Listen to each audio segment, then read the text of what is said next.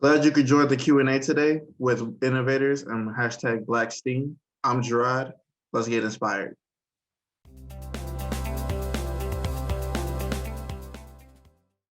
All right, welcome everybody. My name is Gerard Buckner. I'm with the Mortgage Institute of Research. I'm a part of the outreach team. And today we are going to be interviewing Toni Glymph-Martin. And this is part of our Saturday Science / Black History Month celebration. While we are diving in and having this conversation, we would like for you all to ask questions and make comments through the hashtag Black STEAM Innovators. So if you guys have any questions, we'll hopefully be able to pull those and have Toni be able to answer the questions later on. So let's get into it. Toni, would you like to introduce yourself? Yeah, well, my name is Dr. Toni Glymph-Martin, and I am an environmental microbiologist. And I currently have my own consulting firm. It's called Wastewater Microbiology Solutions. So basically my specialty is any type of microorganism, including viruses, parasites, bacteria, molecular microbiology, water and wastewater microbiology, any microorganism that's in water that can contaminate water, cause illnesses. That's my specialty. Awesome. Dr. Toni, where are you from? What's your background? I was born in Milwaukee. I lived there till I was 2. And then my daddy scooped us up and moved us to Long Island, New York. I stayed there till I was 6. Then he scooped us up and he moved us to Detroit. And I grew up in Detroit. I actually think my dad was a CIA agent. That's what I think. He died when I was 8, but he spoke like 8 different languages. He was extremely intelligent. He was a fighter, and he would go away from us for a few months, and then he would come and get us and move us to a new state. And then he would go away and then come back and get us, move us to a new state. And right before he died, he told my mom he was gonna tell her the truth about who he really was. And when she came back the next morning, he was in a coma, so she never found out. So one of my side quests is to actually find out who my dad really was. And it's been a real difficult. So I think he was some kind of secret agent. Wow, that's the most interesting intro we've had. That's pretty cool. Yeah, I mean, I'm actually writing a book about it because every clue that I find, stuff has been redacted on him. Where they said he was buried, they keep telling me he's not there. I look on each one of our birth certificates, all of my family members' birth certificates, and it has different birth dates, different places of birth.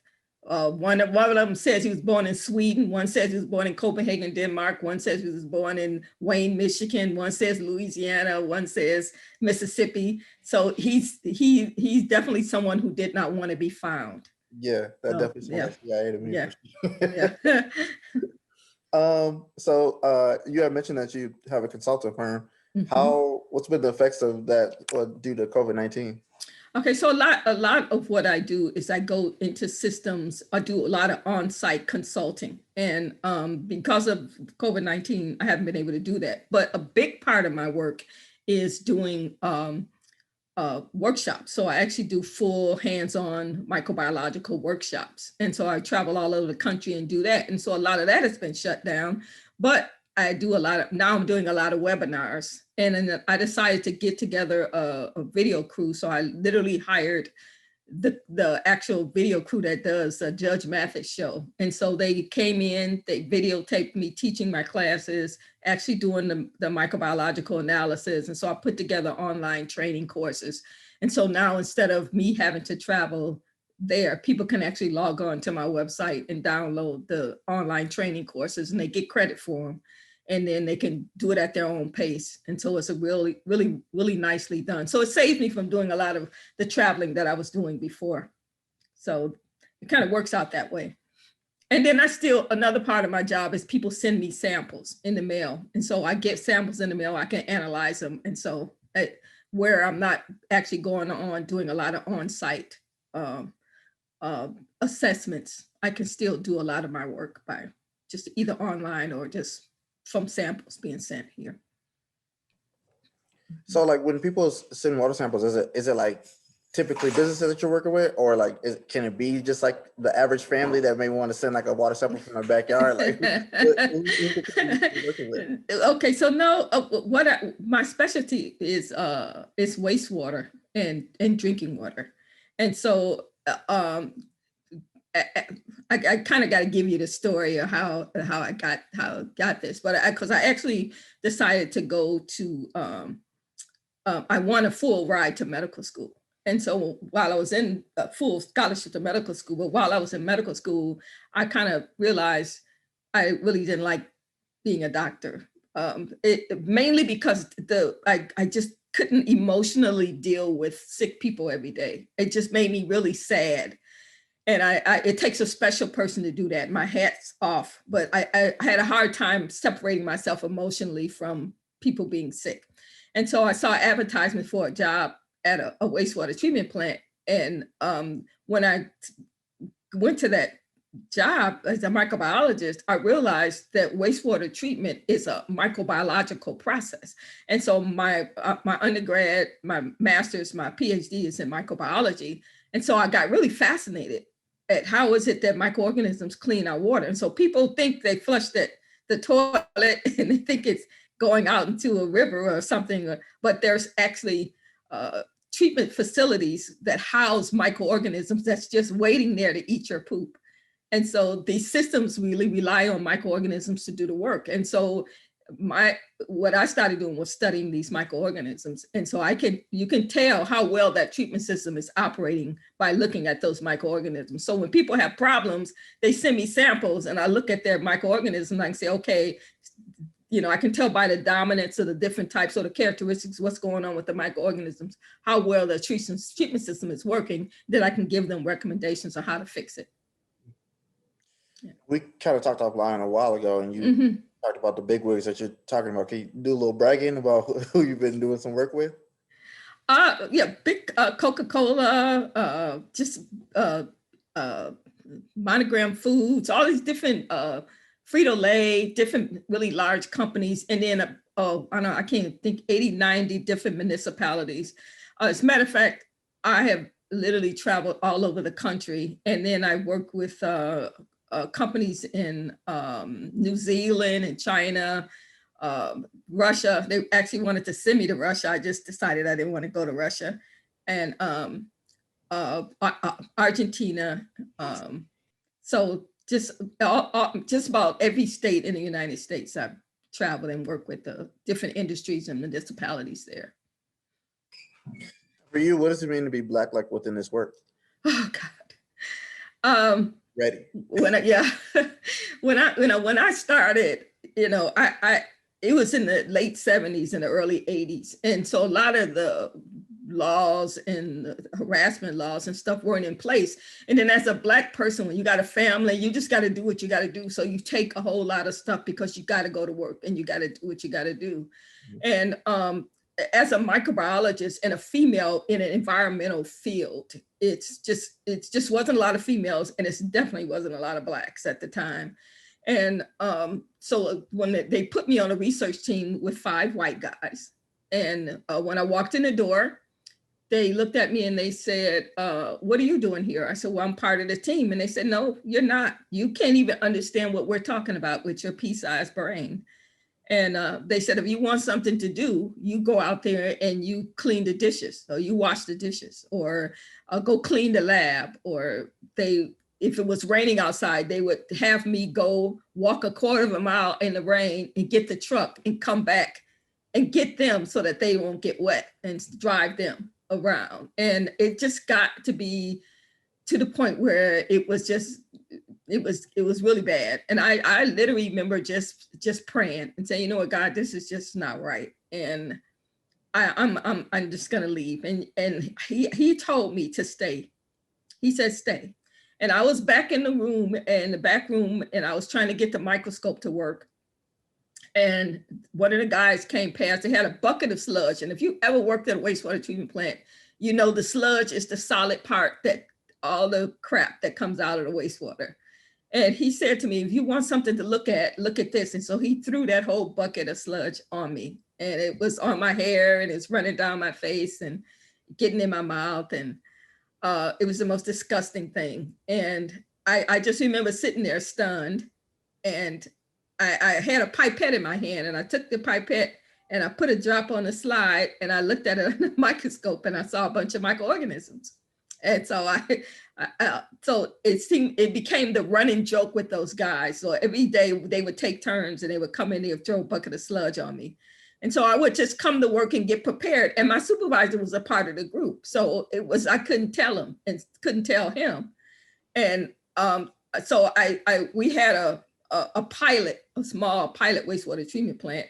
And so what I would do when they threw the buckets of sludge, I would just take some of it. I'd look at it in the microscope, and I noticed that different types of microorganisms and how they were reacting. And I started taking notes, and I would go out and make some adjustments to the treatment system. And then I would look at it under the microscope, and it kept happening year after year. They were throwing buckets of sludge, 1 year, 2 years, 5 years, 6 years, 10 years.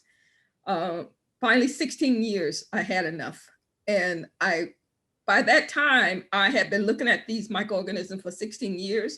I had piles and piles of notes. Even while I was there, I had written and published papers.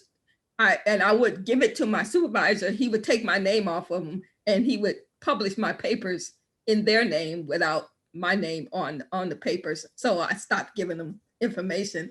So I just started piling my own information. And after 16 years of that, I moved to Wisconsin, that was in the 90s. And at that time was not a lot of Blacks there. I started working for the Department of Natural Resources, and I was the only Black person in there. And somebody was having problems with their treatment system. And the DNR actually regulates those systems. And so somebody was having problems. I said, hey, give me some of their sludge. And they said, what is that going to do? I said, I've been looking at it for 16 years. And so they gave me some of their sludge, and I looked at it. I said, okay, this is what you need to do. You need more oxygen. You need to increase this flow. And then they was, how did you know that? And I said, well, I've been looking at it for 16 years. And then somebody else had a problem. They said, hey, it's a lady down there, little Black lady, just give her some sludge and she can tell you how to fix your water treatment system. And then people started giving me these samples. And then I started telling them, just looking at those bugs, this is what you do. And they said, how did you know this? I said, I've been looking at them for 16 years. And so somebody said, well, hey, can we fly you to San Diego? This is an international conference. And people are going to be there from all over the country. And don't nobody know anything about how to look at these microorganisms. I said, sure. They flew me there. It was people there from all over the country. I had a standing room only, and people just walked up and said, how did you learn this stuff? Where do you learn this stuff? I said, I've been looking at it for 16 years. You need to sit in a lab and let people throw crap on your face, and then that's how you get it. And they said, we need a book, so you got to write a book. I had 16 years of notes. So I took my 16 years of notes, and I had over the years gathered 3,000 names of people who said if I ever wrote a book, they'd be interested. I took the 3,000 names. I took the manuscript. They published the book, and the publisher said to me, who are you? She said, we've never had any book sell out in our bookstore. Your book is the only book we had that sold out in the bookstore. And so even though it was very difficult, very, very difficult time, sometimes, and I tell people this all the time, you got a little bit more nowadays, you got a little bit more recourse. You have harassment laws and that, but sometimes it might not be, sometimes. So you got to make a decision. What are you going to do about it? Are you going to learn? Are you going to spend your whole time fighting, or are you going to just learn? You're going to say, how do I make the best of this situation? And if somebody had asked me if anything good could have come out of that, I would have said no.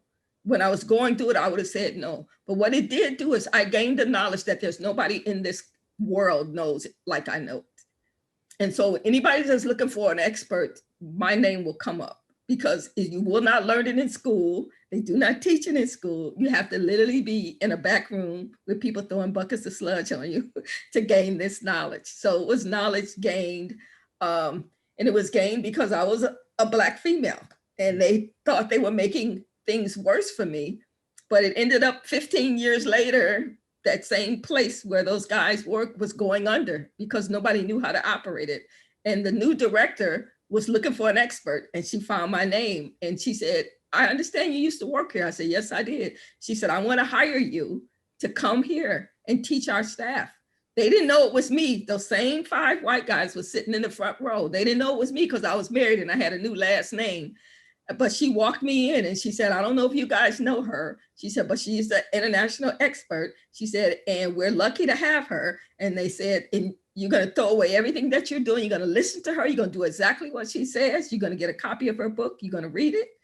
And they said, and you're going to do exactly what, and if you're going to take a test, and if you flunk it, you're going to be demoted. So you better give her your undivided attention. And so they had to sit at my feet, and their very jobs depended on whether or not they learned from me. And my husband said, you should have just got a bucket of slush. You should have thrown it. You should have thrown it on him. But, yeah, but it worked out. It worked out okay. And so. Yeah, Dr. Toni, when you mentioned earlier, being, having faith in God, I was thinking, that's a lot of faith. Look, let me tell you, after a year, it was like, okay, you sure? And after the 5 years, okay, are you sure? To 10 years, okay, look, let me make sure. Are you sure? Yeah. What kind of inspired you to get into STEM? You know what? I always loved science. I mean, I was a typical science geek, anything science. I'm just so fascinated it can be biology. As a matter of fact, my undergrad, my bachelor's, I have like a double major because they put me in this special program because I love science so much that they let me do it at my own pace. And so I did it. I took so much, I would take 2 chemistries in one semester. Chemistry 1 and 2 in one semester. I take biology 1 and 2 in one semester. So by the time I got through, I had enough credit for a bachelor's in chemistry and a bachelor's in biology. It just always fascinated me, science. And so as much as I can get, I would just get. And so I don't know why. I think for me, it's so beyond us. The stuff I always say, the arrogance of man to think that we could possibly know everything there is to know about science. And when I think about even microbiology, the kind of microscopes that we got, we can see small things, but how much more is there beyond what we can see, And so it's just science to me, it's just fascinating. Wow. Yeah. That's me, there's those people that's special like that. Like me, I wasn't necessarily the biggest STEM person. I've grown into it, but you told me as a kid that you would be working in STEM. I'm like, no, that's I know. I tell everybody asks me, so was your son scientist? I said, heck no, they can't stand science, But my dad, like I said, he was not a normal Black man, and I say he spoke all these languages. And I remember I used to think that my dad's job was to go to work and create games for his kids, because whenever he came home from work, he would have these questions. And he would make us answer these questions, and then we would get to pick a prize. And I remember my dad sitting me on his lap, and he said, Toni, you have brains. He said, and you can figure out anything. There's nothing that you cannot figure out. And I remember my dad telling me that, and I always knew that I can figure out anything. And so science was always, that's something that I would try to figure out and try to understand science. So. Nice. Yeah. Well, thank you. What advice do you have for the younger generation that you may have inspired today? You know what? Right before I kind of retired to do my own consulting firm, I worked for the Metropolitan Water Reclamation District in Chicago, and where we have supervising 5 labs, and our staff, we have 12 technicians. And they're young people in their 20s, 30s, and but they would come to work, and then they would go and just look for other opportunities to make more money. And so nobody was staying anywhere long enough to be an expert at anything. And so I kind of see young people, I even see this in my kids, you know, just hopping from job to job to job, looking for the next opportunity to make more money. And when you do that, you never develop an expertise. You never develop any longevity. And we're short on just expertise. I've been in this field for 40 years, longer than my kids have been alive. I have been in this field. And so I know this field. And I'm an expert in this field, and I'm called on in this field. And so I just really encourage young people to find something that they're really, really good at, they really enjoy. I mean, I love science, so I'm good at it. I spend a lot of time doing it. It's fun for me. And so find something that you enjoy, that you're fascinated about, that you're interested in, that you always want to learn about, and stick to it. Stick to it, become an expert at it. You know, and that makes you in demand. I mean, so I'm in demand. And so you will be in demand when you become an expert, you know, at something. So stay put long enough to to develop some longevity and develop some expertise. That's my advice. And that's some great advice. Yes. I love that advice. Well, Dr. Toni, thank you so much You're for welcome. taking the time to talk with us and being so vulnerable with us, sharing your story and your history. That takes a lot. And I mean, I am amazed by you. I swear. And it is so interesting because, like I said, we have some activities that we do that we share with youth, and doing the same thing. We're doing some like water research and stuff like that. So I hope this really pushes kids to see like how important it is, and like, you know, what you can make out of it if you really take the time and right. And just think about when I came up in school, I was thinking I'm going to be a doctor. You know, it wasn't a lot of options I thought for science. You know, you can be a doctor or a science teacher or a nurse. But this environmental field is so wide open. It's still, you know, we had soil scientists, you have parasitologists, virologists, microbiologists. It's just so biologists, fish biology, you know, marine biology is so wide open. And who would have thought? I didn't grow up thinking I was going to be a poop eating bug doctor. You know, I thought I was going to be a people doctor. So I didn't even know that this field existed. So it is so wide open for you, but, you know, get some, you know, so go into science and just go to different workshops and go to things like this and see what other options there are for you in science. And you might find something that they're interested in, you know. Well, there y'all have it. Yeah. There's a lot of gems dropped today. So yeah. Okay. for the audience, please tap into our hashtag Black STEAM Innovators. And if whatever questions you may have or comments, I'll be sure to share that with Dr. Toni and hopefully get you some answers and things like that. Dr. Toni, anything else you have for us today? Nope. All right. Well, thank you all for attending.